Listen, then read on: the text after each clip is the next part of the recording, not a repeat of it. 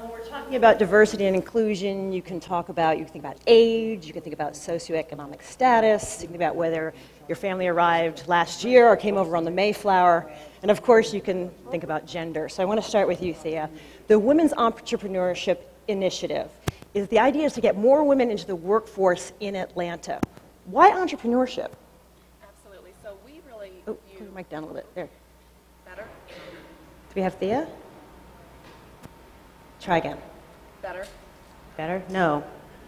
I always wanted to try okay. The mic.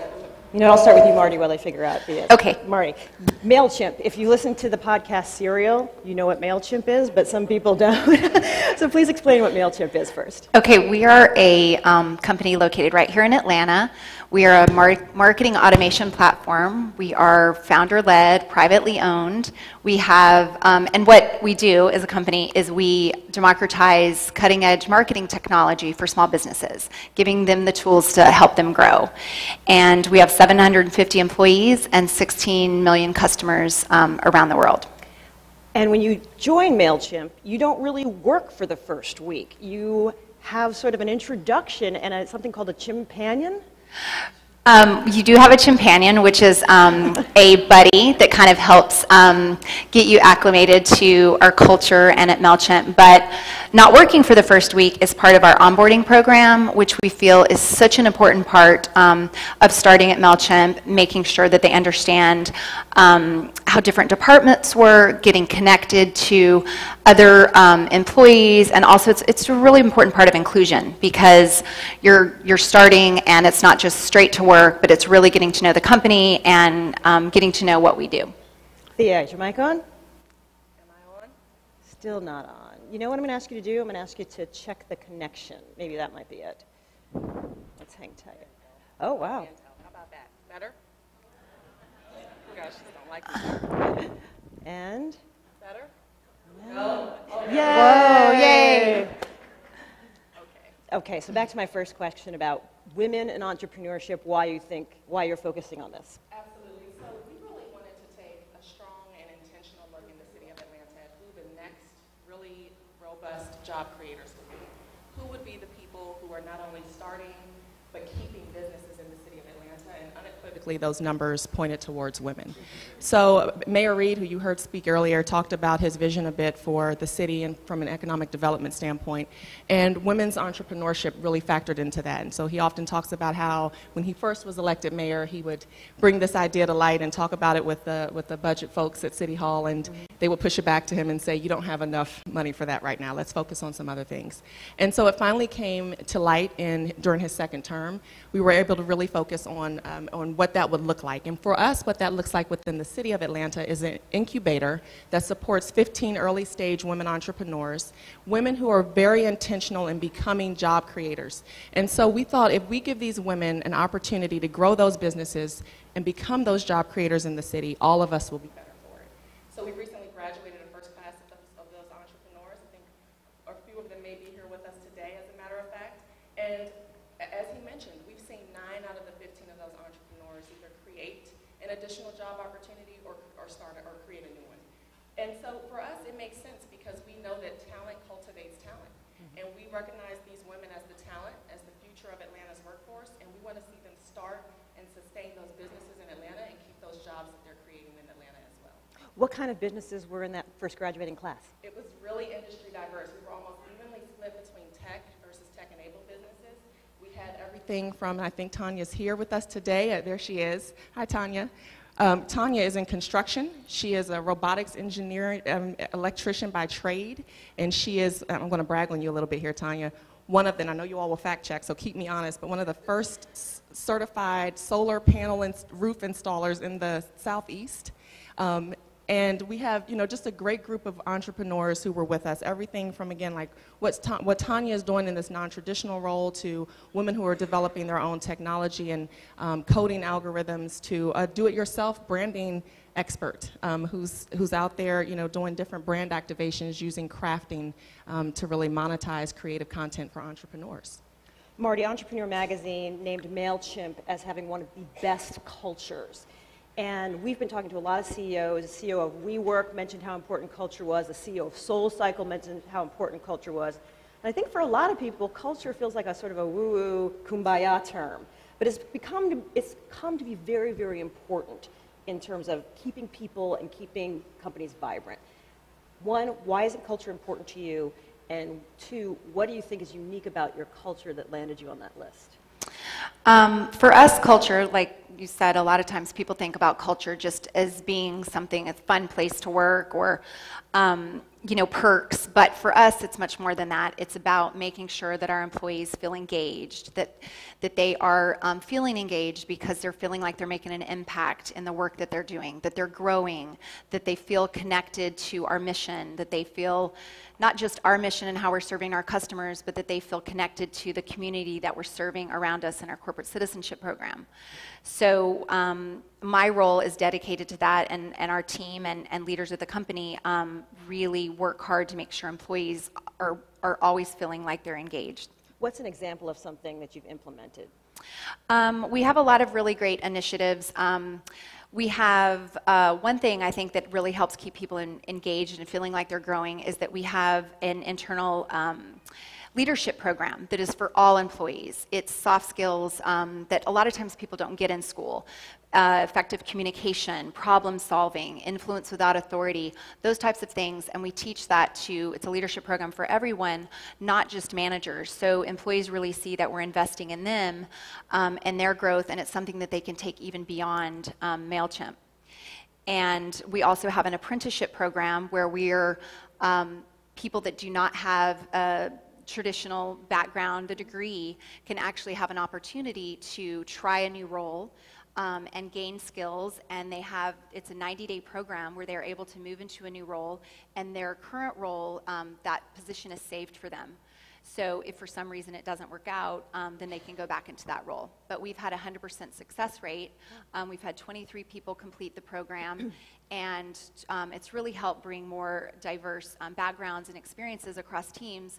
23 out of 23 of the people completed the program, 9 of them have been women and 7 have been people of color moving into technical positions. So it's been really successful.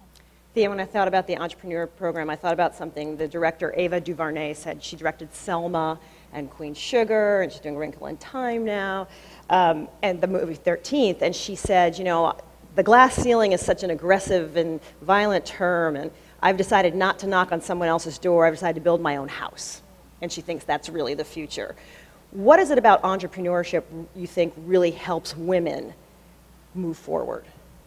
Well, I think what is really exciting to us when we think about entrepreneurship as a tool for economic mobility for women is it really allows you this opportunity to be the architect of your own success. You have women, particularly in our case at We, who are solving problems. They are solving challenges. They have created and are scaling businesses that are specifically focused on addressing problems in the market and offering solutions to them. And so if you think about what that looks like, it's very difficult to explain without seeing it, but for us at We, you really have a space, this open, collaborative, synergistic space where you have 15 businesses, all exclusive of one another. They're not doing the same thing. They're all industry diverse.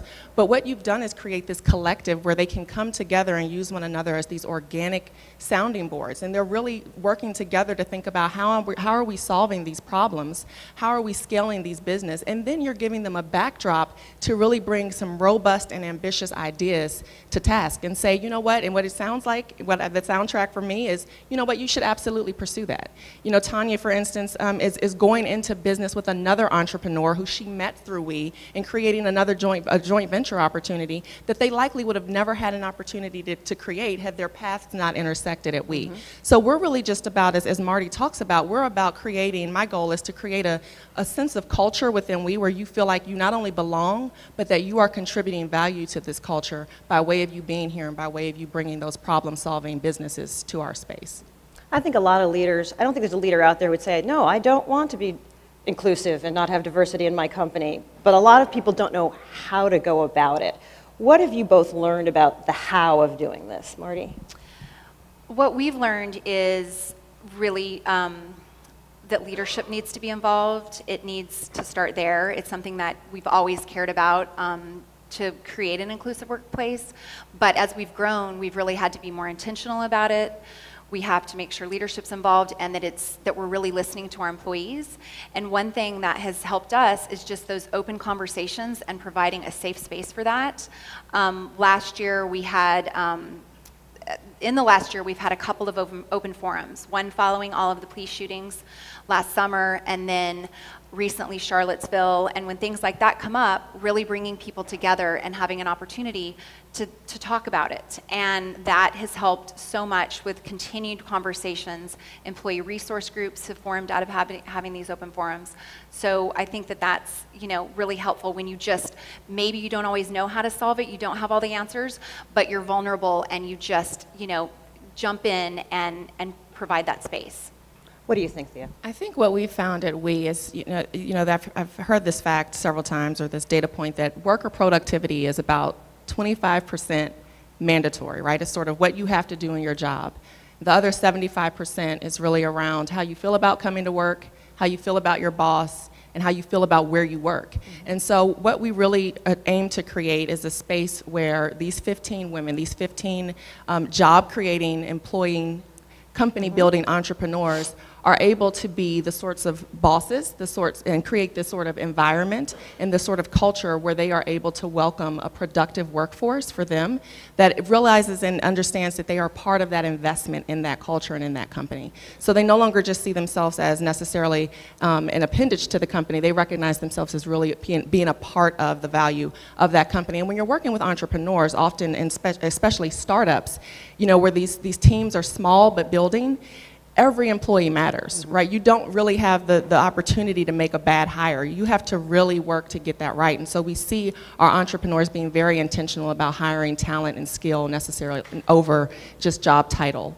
or what's on resume. And so I think that's where we tend to focus on making sure we give them a space to feel like they are empowered to hire based on talent and, again, contribute to a problem-solving environment.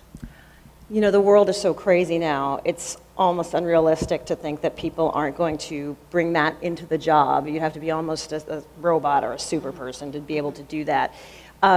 In terms of making workplaces more inclusive, how and what can companies do to balance all that's happening in the world with the workplace, Marti? I think that providing that space to talk about it is so important, that we really try to make sure that our managers that they know how important it is, that they have to prioritize that when they're meeting with their employees in one-on-ones on a regular basis. It's not just about a status check-in, but it's about how are you doing? There's so many things happening and it affects people so differently. And being productive, it is so hard to be productive at work if you are worrying about everything that's going on around you. So I think just really acknowledging what's going on and talking about it, I think really provides that safe space and makes workers more productive. What do you think have been the major barriers to companies being more inclusive and having more diverse workforce? I think Marti and I were talking about this just a bit earlier and last night, in fact, is that often you have situations where, because historically we have done things in a certain way, because there have been these sort of boxes where you have had to place employees and sort of check the box and ensure that they meet all of those criteria before you are even able to have a conversation with them. That has really created barriers for people to come to work, for people to run businesses and feel like they are accepted, they are acknowledged, exactly for who they are. And so again, I think to her point, you have to really strip away a lot of those preconceived notions and ideas about what talent looks like. I think a lot of it has to do with tapping into talent in places where we don't often find it, because with that comes an undercurrent of, I'm not only accepting and celebrating this unique type of talent, I'm accepting and celebrating the whole person who comes with that. When you say places where people don't often look for it, what do you mean exactly? Well, for us, for instance, in the city of Atlanta, and thinking about women's entrepreneurship, we are a completely community-facing initiative. We go through a competitive process to select the 15 entrepreneurs who we support. And for us, that means really being diligent about tapping into every part of the city. We were just talking about this. Looking for, in a very intentional way, people who don't even identify as being entrepreneurs, just stripping away that sort of elitist title that the word is given and saying you are a problem solver. I was sharing with Marti, one of our entrepreneurs, who for quite some time would just say to me, you know what, I'm just really a retired teacher who's created a STEAM program. You are an entrepreneur. You are solving a problem in your community. And so for us, it's really looking beyond just sort of that low-hanging fruit, if you will, looking beyond just certain areas of the city and tapping into talent and intersecting them with that opportunity so that they have the best opportunity to be successful. I'm going to ask one more question and then throw them out to the audience if you have any questions. I'm curious if you feel like some of this shift has to do with millennials. There's such a, I mean, there's an enormous amount of them, and they have a really different way of thinking about work. Yeah. Especially for you, Marti. Yeah, we're probably 80% millennials, and it definitely does, and I think that they are such a positive force in driving fulfillment, transparency, communication, and I mean, it took me a while to adjust because I'm older, and you know, but it's everybody, the things that they push for, everybody wants those things. Everybody wants to feel like they're making an impact, that they want transparency, that they want to feel connected to their community.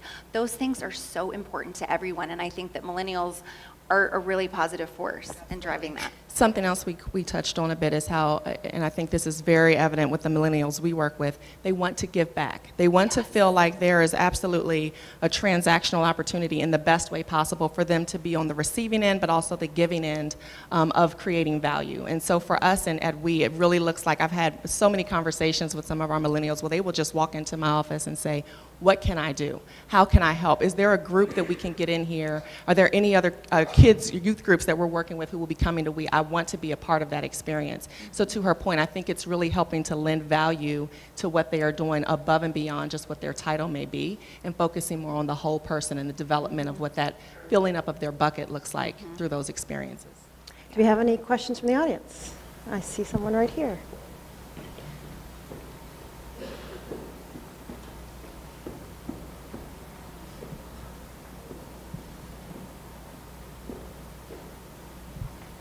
Hello, good morning.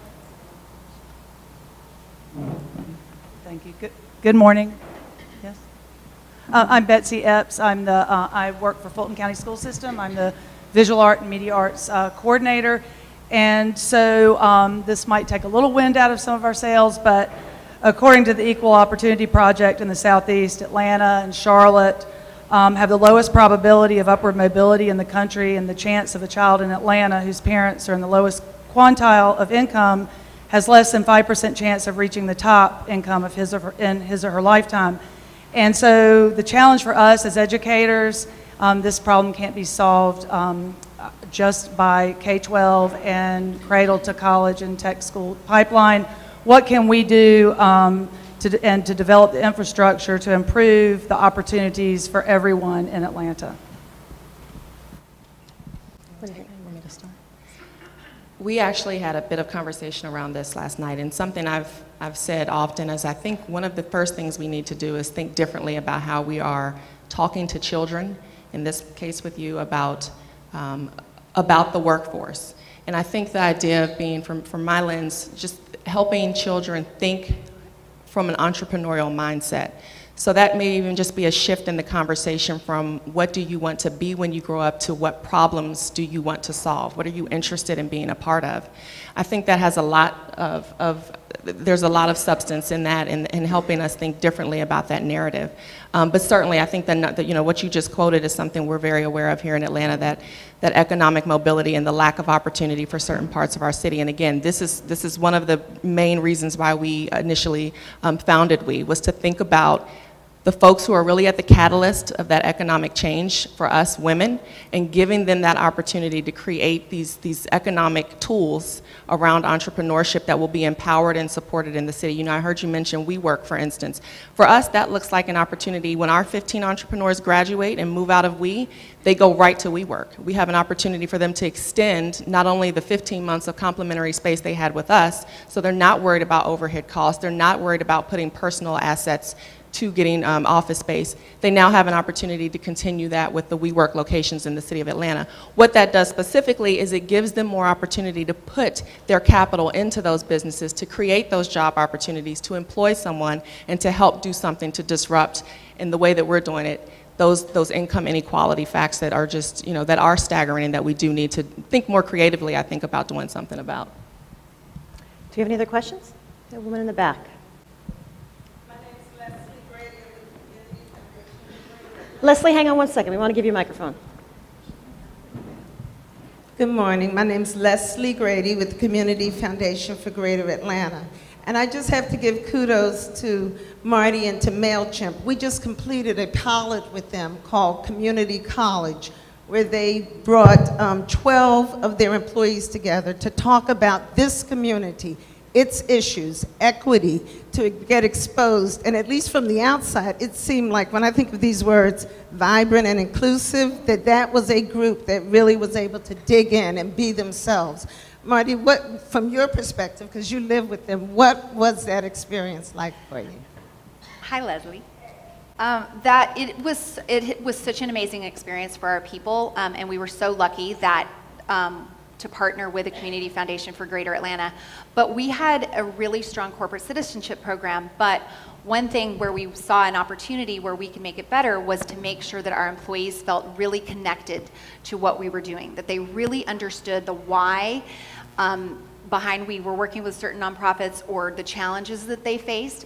And so having this program where Community Foundation for Greater Atlanta helped connect us with over 40 civic and nonprofit leaders in Atlanta, really understanding the challenges, it helped our employees become even more engaged and be able to, they were from across all different departments, and they were able to now educate and be ambassadors for our corporate citizenship program throughout the company.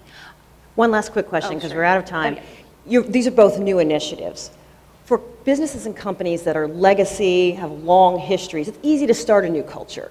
What is one thing a piece of advice you would give to a legacy company or corporation that wants to be more diverse and more inclusive? One little thing they could do. One thing. I think my one quickly would just be to think outside of the box. Yeah, I mean, it sounds sort of definitely. cliche and something we hear often, but really you do have to get very creative and you have to be very non-traditional about how you are accessing, identifying, and then acquiring talent. Yeah. And think differently about what talent means and think differently about what that talent has to come equipped with to be a part of that team. I think once we do all of ourselves, we're making a better community for all of us when we think about our talent and we tap into it from different areas and different opportunities within our communities. Yeah, just thinking differently and making sure that you're really engaging your employees. They are the best way that you can make change, and listening and learning from them. Let's thank our panelists.